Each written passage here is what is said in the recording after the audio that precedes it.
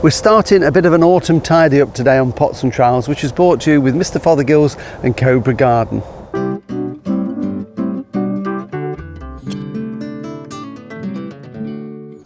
Well, on Monday we had a wander around the veg garden, just catching up with a few jobs and just doing those little bits that need doing to keep things ticking over and getting rid of things that had gone past their best. But here we are now, it's the 1st of October and things are still looking fairly good in the garden. There's still plenty of colour, the penstemons are still flowering and there's lots of buds to come, so hopefully they will continue now for a few more weeks. We have had a couple of ground frosts where we are here in North Yorkshire, but we've had nothing that's really done any damage. So hopefully we're going to be okay for a week or two more. You know, the verbenas are looking good, we're getting a bit of a Strantia in flower, and there's various other colour around the garden. So there's still lots of interest in the garden, but it's a good time of the year just to start a little bit of a tidy up. I always think it's better to do it little and often than wait until everything happens, all the leaves fall off, and then you think, crikey, I've got all this work to do. So little and often is the secret. Now, very often people at this time of the year get a bit impatient and say to me, when can I start cutting everything back? Well, the answer is you can't, because if you start cutting everything back, you're not going to get any flowers next year on shrubs. And this is a classic example. This is a Dutz. It's a lovely one called Strawberry Field, has lovely flowers in April, May time and into June even. And it's made quite a lot of new growth, as you can see, but it's this growth that it's made this year that will carry some of the flowers next year. So if I were to get my secateurs and go all over it and give it a tidy up and just clip it all over, it would look very neat and tidy maybe, but we'd lose out on the flowers next year. So if you have got to do any pruning, just be careful and don't overdo it. Where it's probably growing out a little bit like this on the lawn, I might shorten some of the stems, always cutting back to a bud of course. So just go in there and we can just shorten a few of them back, but I'm still leaving a good length of the wood that it's made this year, so that will still carry flowers. Likewise, any of the taller ones, if I just wanted to take a few off just to give it a bit more of a shape really, so that it doesn't look quite as wild. This one that's growing out here I can shorten. So it's careful pruning, selective pruning, and not going mad. And that way we should still keep a nicely maintained bush there and we'll get the flowers next year. So other things though you can cut back are things like this. If you just wander this way with me, we've got this lovely Circe's forest pansy. Now this had a big branch blowout in the gales a few weeks ago, and I just love this for these lovely sort of plum coloured leaves. It really is lovely. It's naturally quite a spreading plant, and I've already taken some branches off this because it gets very low. So this one is grown for its foliage, so if you've got any dead in there or any branches that are getting a bit low like this one here, I'm going to take some of these out, because what it will do, if I take out a few of these lower branches, it raises the canopy slightly and it allows a little bit more light into the plants below. And I've got sort of woodlandy planting underneath it with these lovely anemones here that are just about finished flowering. All of this can be shredded of course later.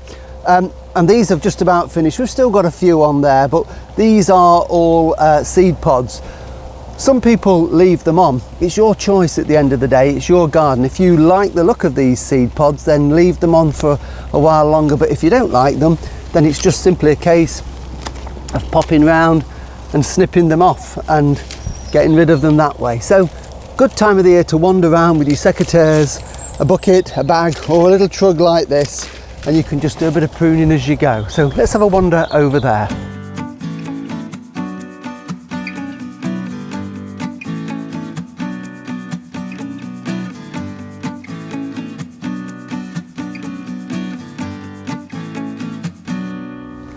This is a lovely herbaceous perennial here. This is Syringioma palmatum because it's got a hand-shaped leaf. It's this lovely arching stems. I give it a little bit of support through this wrought iron plant support here, but you get these lovely pale yellow flowers there. They are so delicate in appearance, and these are going to carry on flowering for several more weeks. There's lots of buds on there, so this one should go well into October, so that is providing some lovely late season colour.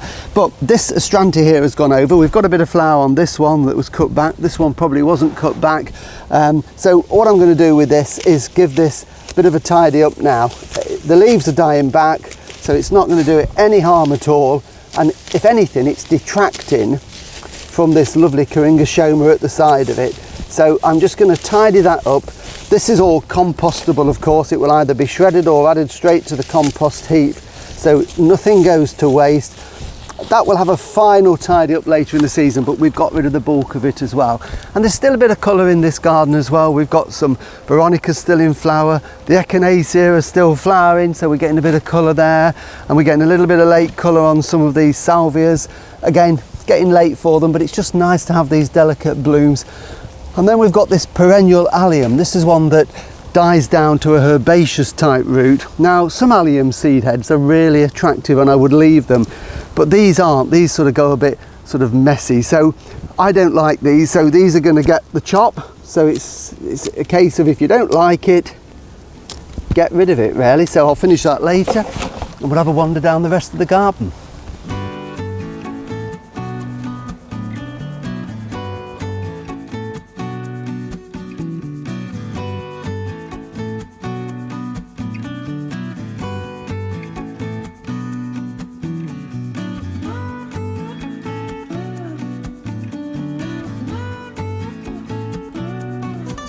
We've still got some shrubs that are flowering now. The white Annabelle is still looking quite good, although the flowers are starting to go over. It's standing nice and strongly, and the heads are still giving us some decorative effect in the garden. This is pink Annabelle, and this has been really lovely through the summer, but this year it got quite tall, and we had some heavy winds a week or so ago, and as you can see, it's just sort of flopped in all directions. So it's flopping onto other plants. So in this situation, I think what I'm going to do is actually get my secateurs and go out and just maybe not prune it right down, because I don't want to cut all the leaf off. I want to leave the leaf which is still feeding the plant and helping it for next year.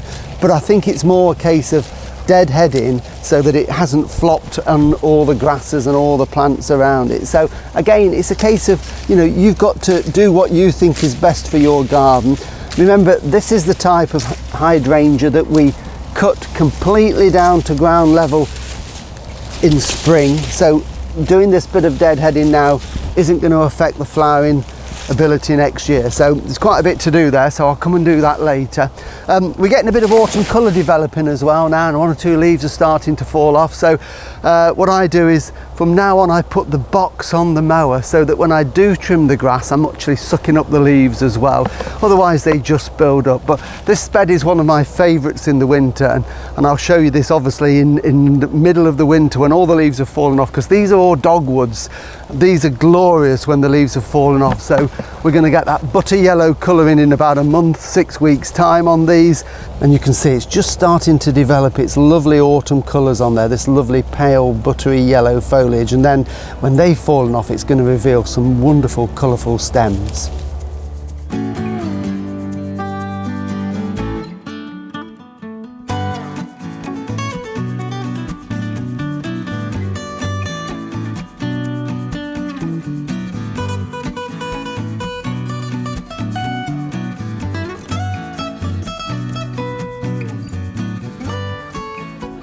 Now, when it comes to evergreens, if you need to give those a tidy up, you can at this time of the year, as long as they're not going to flower in the spring, of course.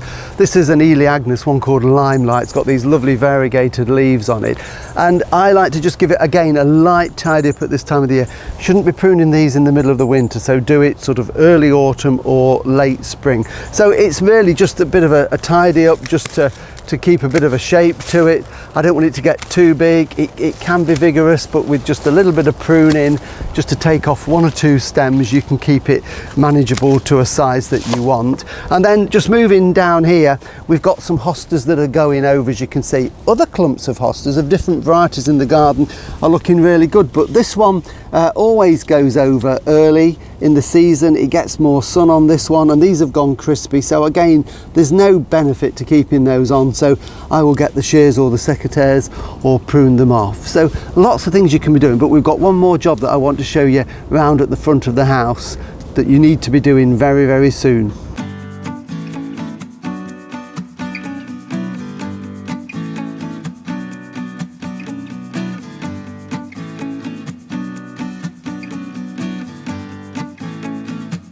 just to finish off, just a quick tip, because now we're starting to get some colder nights and frosty weather. If you've got tender plants outside, pelargoniums or fuchsias, it's really time to get them in undercover. So a cold greenhouse, or if you've got a conservatory. What I like to do with the regal pelargoniums, like this one here, is to cut them down at this time of the year. And I know it seems a bit of a shame, but it really makes for a stronger plant next year. So this one is going to get the chop.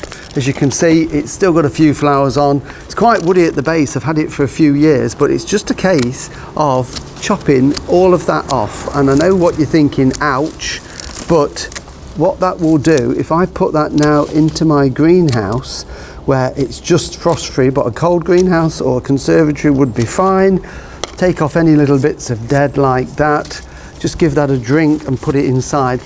I will get lovely new shoots developing over the next month or so. It will then overwinter, and come next spring it will grow away and we'll get masses of flower. If you don't do it, it just gets tall and leggy every year and shortens its life. So make sure you get your tender plants in as soon as you can.